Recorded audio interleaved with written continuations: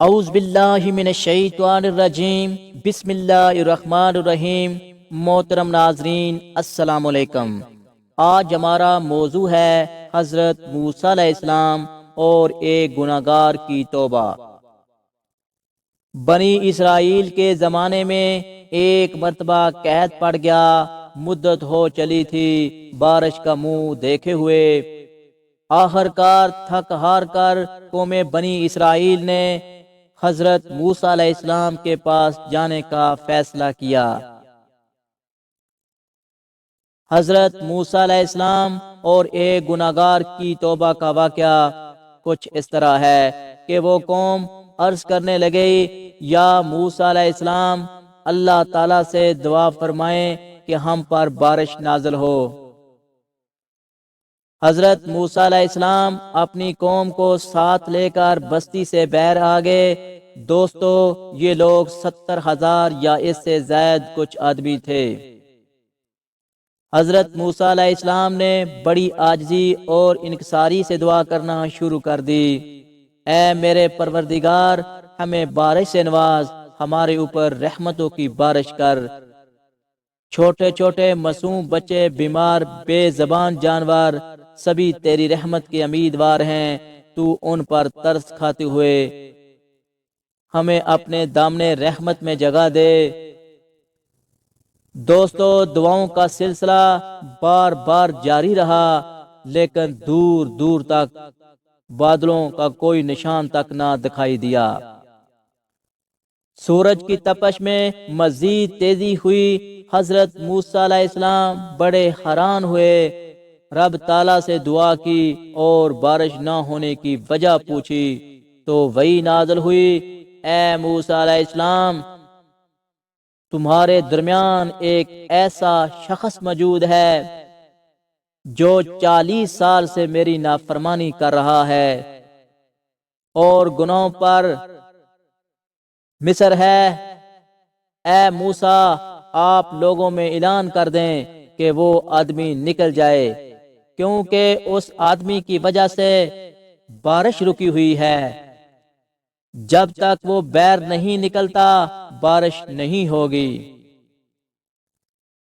حضرت موسیٰ علیہ السلام عرض گزار ہوئے، یا رب العزت، میں کمزور سا بندہ، میری آواز بھی ضعیف ہے، یہ مجمع 70,000 یا اس سے زیادہ لوگوں کا ہے، میں اس میں بندہ کیسے تلاش کروں یا اپنی آواز کیسے پہنچاؤں؟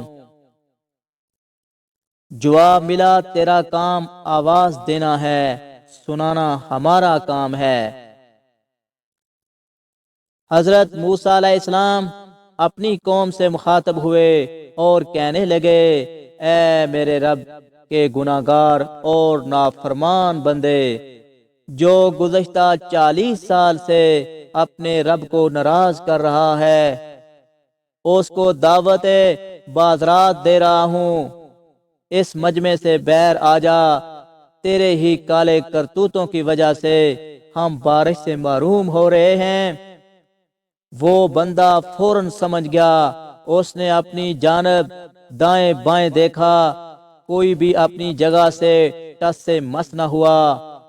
اس کے دماغ نے فوراً سوچ پکڑی کہ وہی مطلوب ہے۔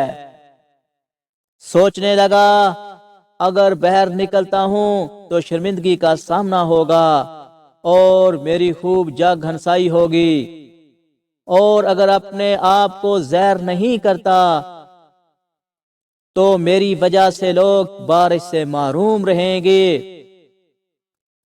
اس نے اپنا چہرہ چادر میں چھپا لیا اور اپنے گناہوں پر شدید پشیمان ہوا اور دعا گزار ہوا، اے پروردگار، تو کتنا کریم اور بردبار ہے، میں 40 سال تک تیری نافرمانی میں مبتلا رہا، تجھے ناراض کیا، لیکن تو مجھے لگاتار مہلت دیتا رہا۔